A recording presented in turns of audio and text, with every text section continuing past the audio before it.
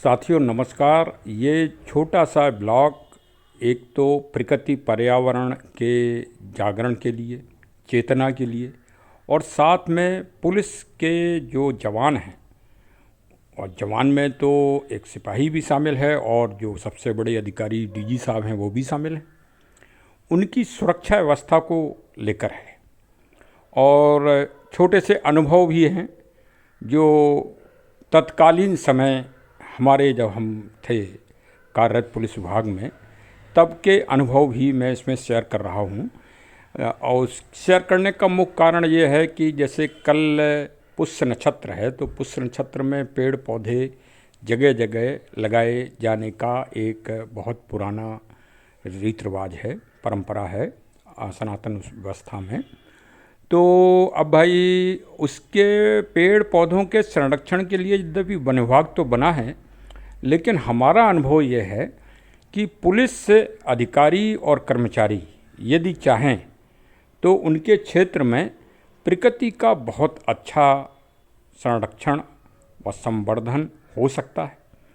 क्योंकि अच्छे जो थानाध्यक्ष या प्रभारी निरीक्षक होते हैं वो थाना परिसर में प्रांगण काफ़ी बड़ा होता है, हर जगह देहात क्षेत्र में तो और ज़्यादा बड़ा होता है, तो वहाँ पर पेड़ पौधे लगाने की अभिरुचि भी रखते हैं और लगाते भी हैं, प्रायः देखा गया है।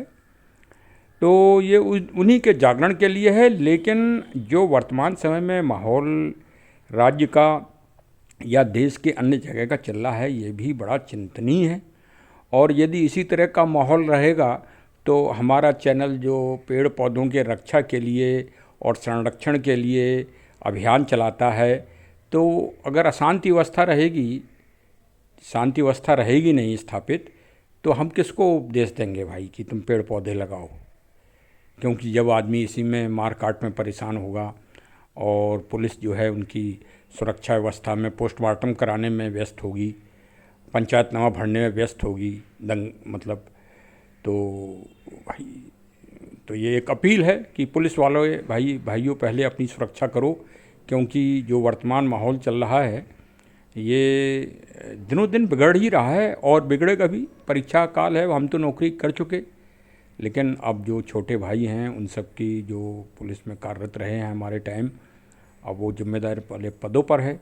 तो मैंने कहा एक भाई सुरक्षा की दृष्टिकोण से अपने अनुभव भी सबको शेयर कर दें और प्रकृति जागरण के लिए भी सबको बता दें। तो भाई सुनिए, समय निकाल के हमारे ब्लॉग को सुनिए और अपनी अभिरुचि भी कमेंट के द्वारा बताइए कि कैसा आपको हमारा कमेंट लगा। सुरक्षा व्यवस्था सबसे पहले यदि स्वयं सुरक्षित तो दुनिया सुरक्षित, ये सिद्धांत पुलिस में हमेशा रहना चाहिए। क्योंकि अगर आप सुरक्षित रहेंगे तो आप 10 लोगों को और बचा सकेंगे। आप स्वस्थ रहेंगे तो समझ लो कि आप 1000 लोगों का अच्छा ध्यान रख सकेंगे। तो चलिए, हमारी शुभकामनाएं हैं, लेकिन अपनी अपनी सुरक्षा का ध्यान अवश्य रखिए और ब्लॉग सुनिए। देखिए, कालांतर में अगर आप पुलिस कार्रवाई और पुलिस के मनोबल पर अगर आप नज़र डालें तो आप पाएंगे कि वर्ष 1990 से पुलिस का जो मनोबल था और जो एक आत्मविश्वास था, उसको हमारे राजनीतिक नेताओं ने तथाकथित रूप से तोड़ना चालू किया और उन्होंने हमारे वरिष्ठ अधिकारियों पर दबाव डालना चालू किया और उनको प्रताड़ित करना चालू किया। सही बात यह है। मैं तो काफ़ी लखनऊ में भी रहा हूँ, राजधानी रहा हूँ, आगरा रहा हूँ, और मैंने देखा है, वरिष्ठ अधिकारियों के साथ बहुत ज़्यादा रहा हूँ। मैंने ये देखा है कि ये राजनीतिक कुचक्र चलता रहा और फिर बड़े अधिकारियों ने छोटे अधिकारियों को वो किया एक तरह से, और कुछ ये भी हुआ और कुछ राजनीति भी पुलिस में आ गई है। वर्तमान में देखा जाए अलग अलग ग्रुप बट गए हैं, जबकि 1990 से पहले इस तरह की कोई बात पुलिस में नहीं थी। देखिए, हमारी एक एक बात बड़ी अनुभव और बड़े गंभीर है। ये मुझे बोलना नहीं चाहिए था, लेकिन बोलना पड़ रहा है। और मैंने देखे हैं कई दंगे, अभी देखे 2012 में पूरा के अंदर भदरसा में हुए थे, वहाँ पर भी था मैं, वहाँ भी हमने देखे और अभी 31 मई 2017 में सुल्तानपुर में थाना जयसिंहपुर में एक घटना घटी थी इसी तरह की कि लाश रखी हुई थी मृतक की, और कुछ बाहर मतलब जनता उग्र थी, तो उसमें फिर मतलब जनता ने बवाल चालू कर दिया और कई रोडवेजों की बसें फूंक दी, जीप फूंक दी पुलिस की। तो देखा कि उसमें भी वरिष्ठ अधिकारीगणों को बुलाया गया और बड़ी आवाज़ें लगाई गई, मतलब बहुत काल किया गया, लेकिन आने में भी समय लगता है, कुछ प्रैक्टिकल भी है लेकिन कुछ भीतरघात भी है। अब बहराइच में देखो भीतरघात देखने को सामने मिल रहा है, और ऐसे विकट पोजीशन में कौन, सिर्फ सिपाही रह जाते हैं और जो हल्का के दरोगा जी होते हैं वो रह जाते हैं बस। बकाया तो भाई बड़ी कठोर कदम उठाना चाहिए, जाना चाहिए वास्तव में, क्योंकि जो सिपाही और जो दरोगा जी हैं वो वरिष्ठ अधिकारियों के बल पर ही काम करते हैं, और जब वरिष्ठ अधिकारी ऐसे विपरीत पोजीशन में मदद के लिए जब आगे नहीं आते और कॉन्फिडेंस और मनोबल नहीं बढ़ाते हैं, और देखिए अब वहाँ जो इतनी बड़े उग्र जब प्रदर्शन था दोनों तरफ से, हिंदू मुस्लिम सब तरफ से, और उसमें वो सिपाही और दरोगा जी सस्पेंड कर दिए गए। अब क्या सस्पेंशन का असर उनके व्यक्तिगत जीवन में नहीं पड़ेगा, उनके बच्चों पे नहीं पड़ेगा? बच्चों की फीसें जमा होना होंगी। जरा देखिए ना, क्या कर सकते थे 5 सिपाही अगर गए थे और जहाँ इस तरह की घटना घट गई।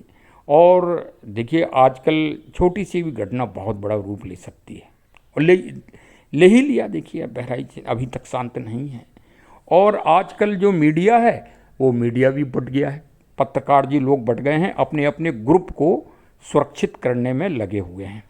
ये तक मतलब इतनी तक भूमिका सोच रहे हैं कि हत्यारे ने हत्या की तो उसको ऐसी प्ली दी जाए, ऐसे साक्ष्य इकट्ठे किए जाएं कि उसको सज़ा न हो पाए।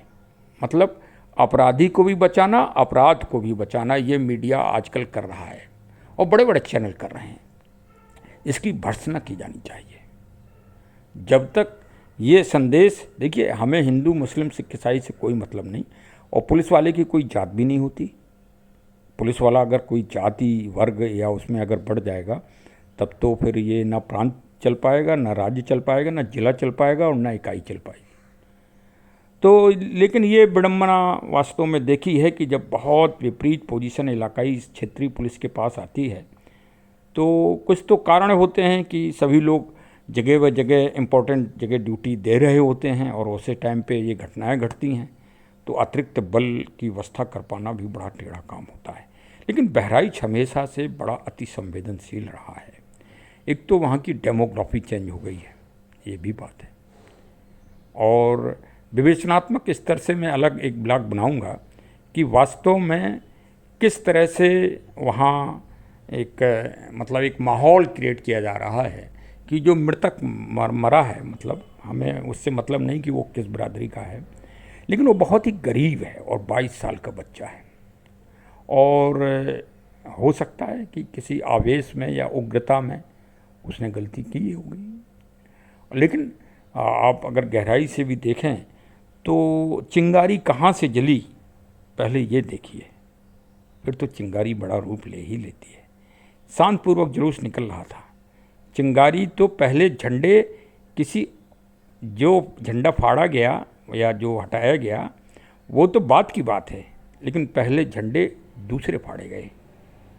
इस बात पे अगर सब गहराई से देखेंगे तो घटना की शुरुआत वहीं से हुई, और गाना बजाना, डांस करना, गुलाल डालना, ये तो एक बहाने हैं, ये तो एक नैरेटिव है जो तैयार किया जाता है, वो है। तो चलिए अब भाई हम तो ये कहेंगे पुलिस जवान और सभी दल के लोग सुरक्षित रहें और अपनी अपनी सुरक्षा करें, और पुराने अधिकारियों से भी अनुभव ले लिया करें ज़रूर। बहुत बहुत धन्यवाद। जय हिंद। चरे वेती वृक्षों को लगाते रहें, संरक्षण करते रहें, और हमारे चैनल को भी फॉरवर्ड करें और सब्सक्राइब भी करें। जय हिंद, जय हिंद, जय हिंद।